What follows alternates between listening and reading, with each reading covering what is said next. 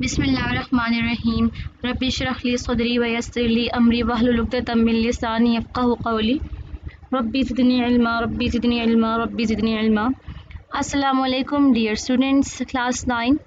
I hope you all are fine, doing very well and taking care of you and your family as well. So we were studying chapter number 2 of general science, that is our life and chemistry. Today is 19 June 2020 and on this day of Friday, I hope that you gain the blessings of Friday as well as you study very well. So let's start with the topic important elements for life. What are the important elements for life? ज़िंदगी के लिए अहम elements कौन से हैं? बहुत सारे elements ऐसे हैं जिनके बगैर हमारी ज़िंदगी नागज़ीर है, जिनके बगैर हमारी ज़िंदगी का तस्वुर नहीं किया जा सकता। जिनमें फ़र्स्ट ऑफ ऑल है आयरन, उसके बाद है sodium, then potassium, then magnesium. Okay, so let's start with iron. अच्छा, जब आप ये टॉपिक करेंगे तो आपने ये टॉपिक्स फुल फ्लैज याद करने हैं और जो फर्स्ट 3 लाइन्स में से जो लाइन मैंने हाईलाइट की है वही आपने याद करनी है। Okay, so let's start with iron. Iron के बारे में फ़र्स्ट इम्पॉर्टेंट बात कि ये जो अर्थ क्रस्ट है, सतह ज़मीन पर एल्यूमिनियम के बाद सबसे ज़्यादा पाया जाने वाला एलिमेंट है। बहुत ही पुराने ज़माने से ये नाम किसी के लिए भी अननोन नहीं है, ठीक है। चाहे इंडस्ट्रीज़ हों वहाँ पे इसका यूज़ है, चाहे हमारी बॉडी हो या रियल लाइफ हो, हर जगह इसका यूज़ है, ठीक है। अब इंजीनियरिंग में इसका यूज़ कहाँ है? कार की बॉडीज़ बनती हैं, एरोप्लेन्स वगैरह में स्टील के पाइप्स बनते हैं, बहुत सारे इंस्ट्रूमेंट्स बनते हैं, इससे रेलवे लाइंस, यानी इन चीज़ों में इसको यूज़ किया जाता है। इसके अलावा जो ह्यूमन बींग्स हैं या जितने भी लिविंग ऑर्गेनिजम्स हैं उन सब के लिए भी ये बहुत इंपॉर्टेंट एलिमेंट है, ठीक है। हमारे जो बॉडी में हेमोग्लोबिन होता है या मायोग्लोबिन होता है, उनका क्या काम होता है कि जिस्म में ऑक्सीजन को मुंतकिल करें, ठीक है। उनमें भी आयरन पाया जाता है, ठीक है। लेकिन जैसे हर चीज़ की ज़रूरत से ज़्यादा इंटेक नुकसानदेह होता है, इसी तरह आयरन का भी ज़रूरत से ज़्यादा इंटेक नुकसानदेह हो सकता है।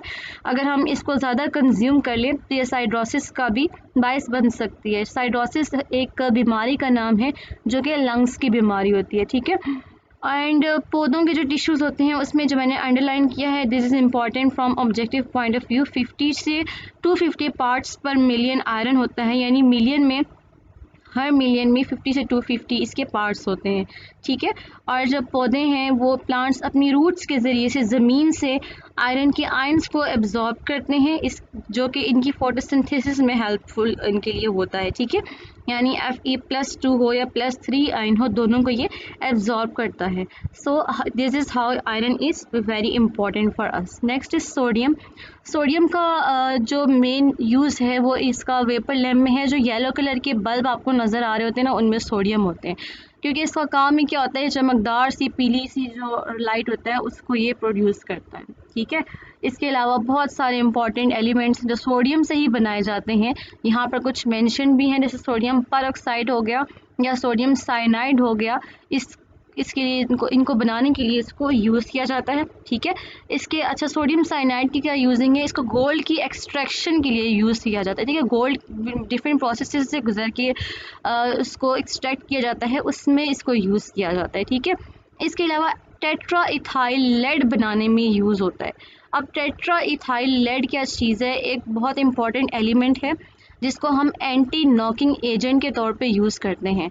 अब टेट्रा इथाइल लेड का जो यूज़ है वो जो डेवलप कंट्रीज़ है वहाँ पर मना है, बिल्कुल नहीं यूज़ किया जाता, क्योंकि it is not that good for health. हमारी जब बॉडी अगर इसको कंज्यूम कर ले तो इट कैन बी हार्मफुल।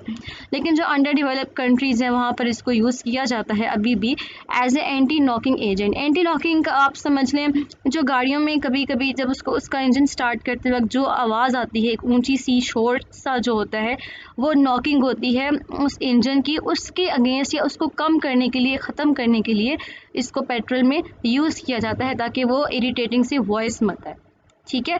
इसके अलावा वर्टिब्रेट्स का जो ब्लड होता है, यानी रीढ़ की हड्डी वाले जितने भी जानवर होते हैं उनका जो ब्लड है उसमें प्लाज्मा लाजमी पाया जाता है। प्लाज्मा आप समझ लें पानी का, रेड ब्लड सेल्स का, इसके अलावा डिफरेंट एलिमेंट्स का, डिफरेंट आइंस का मिक्सचर जो होता है उसको हम प्लाज्मा कहते हैं, ठीक है।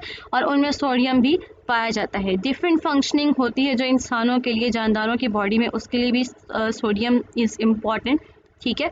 और अगर इंसानों में एक बीमारी होती है हाइपरटेंशन, उससे रिलेटेड भी ये इम्पॉर्टेंट है। हाइपरटेंशन बेसिकली कहते हैं हाई ब्लड प्रेशर को। अगर आप ज़्यादा सॉल्ट कंज्यूम कर लेते हैं तो आपकी बॉडी में सोडियम ज़्यादा हो जाता है, जिसकी वजह से आपका ब्लड प्रेशर हाई हो सकता है, ठीक है। प्लांट सोडियम के आयंस को भी एब्जॉर्ब करते हैं जस्ट लाइक आयरन, और किस क्या मकदार होती है इसकी, 0.01 से 10%। अब ये जो मैंने अंडरलाइन किए हैं, these are basically important in from objective point of view, ठीक है। इसके अलावा एक पौधों का एक ख़ास ग्रुप है हेलोफाइट्स, उनके लिए भी ये बहुत इंपॉर्टेंट है। हेलोफाइट्स बेसिकली ऐसे प्लांट्स होते हैं जो बहुत ज़्यादा सॉल्ट को एब्जॉर्ब करते हैं और ऐसी ही जगहों पे ग्रो करते हैं जहाँ पर सॉल्ट ज़्यादा मिकदार में पाई जाती है, ठीक है। क्योंकि इनकी ग्रोथ के लिए सॉल्ट बहुत इंपॉर्टेंट होती है, इनको सॉल्ट ही चाहिए होती है। ये अपनी वैक्यूल में उसको जमा कर लेते हैं। वैक्यूल कहते हैं प्लांट्स का ऐसा पार्ट, बबल, स्टोरेज बबल आप समझ लें, जो कि सेल के अंदर पाया जाता है। एनिमल सेल में भी होता है और प्लांट सेल में भी होता है, लेकिन प्लांट सेल में थोड़े बड़े होते हैं ये जो स्टोरेज बबल्स। बेसिकली इनमें खुराक जमा करते हैं, ये फूड एंड वाटर भी जो है वो स्टोर कर लेते हैं वैक्यूल्स में प्लांट्स।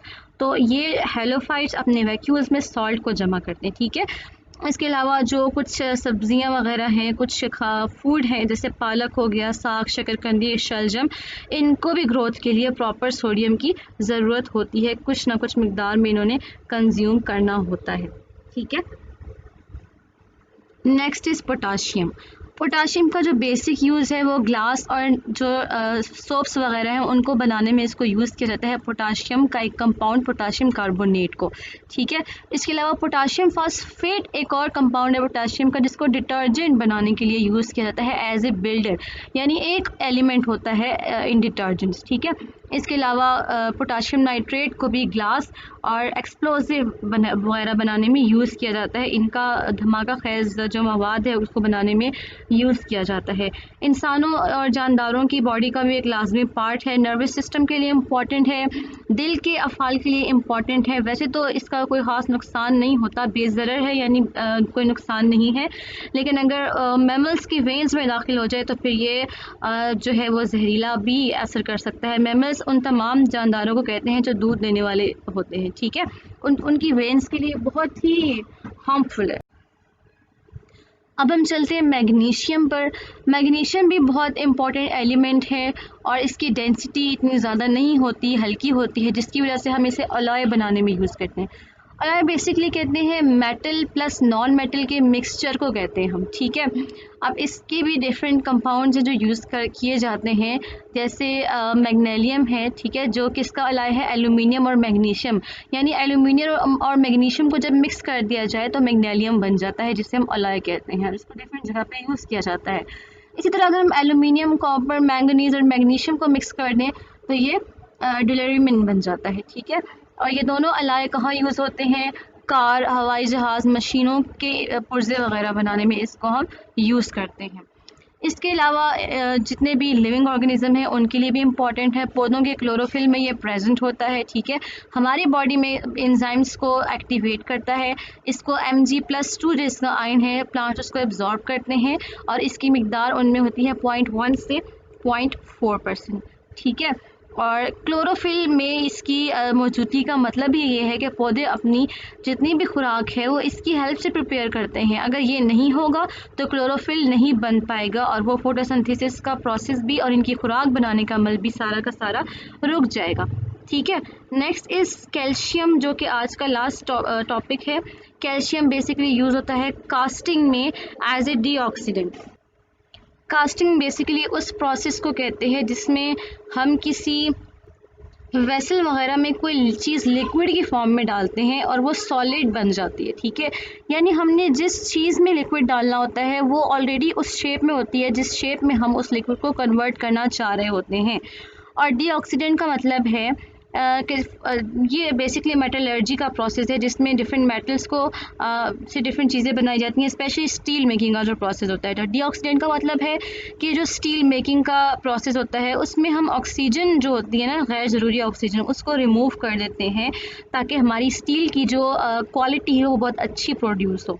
ठीक है, तो वहाँ पर कैल्शियम को यूज़ किया जाता है। इसके अलावा यूरेनियम की एक्सट्रैक्शन के लिए भी इसे यूज़ करते हैं। कैल्शियम फ्लोराइड और कैल्शियम हाइड्राइड इसके डिफरेंट कंपाउंड्स हैं जिसको बनाने के लिए इसे यूज़ किया जाता है। ऑल लिविंग ऑर्गेनिज्म में ये प्रेजेंट होता है, सेल वॉल, हड्डियों और शेल्स में होता है। सेल वॉल प्लांट की एक होती है सेल मेम्ब्रेन और एक होती है cell wall. Cell membrane is the outer wall, cell wall is the inner wall, उसमें ये प्रेजेंट होती है, यानी कवरिंग होती है उसकी। बोन्स में और शेल्स में होता है। इसके अलावा खून जो जम जाता है उसमें कैल्शियम का बहुत बड़ा रोल होता है। ये किस हद तक पाया जाता है लिविंग ऑर्गेनिज्म में? 0.2 से 1% तक। और सेल मेम्ब्रेन की भी स्ट्रक्चर में ये बहुत इंपॉर्टेंट है, ना सिर्फ सेल वॉल बल्कि सेल मेम्ब्रेन की भी।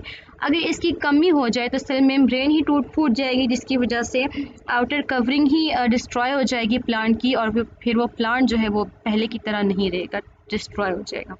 ठीक है, so this was all your topics. This was all for today.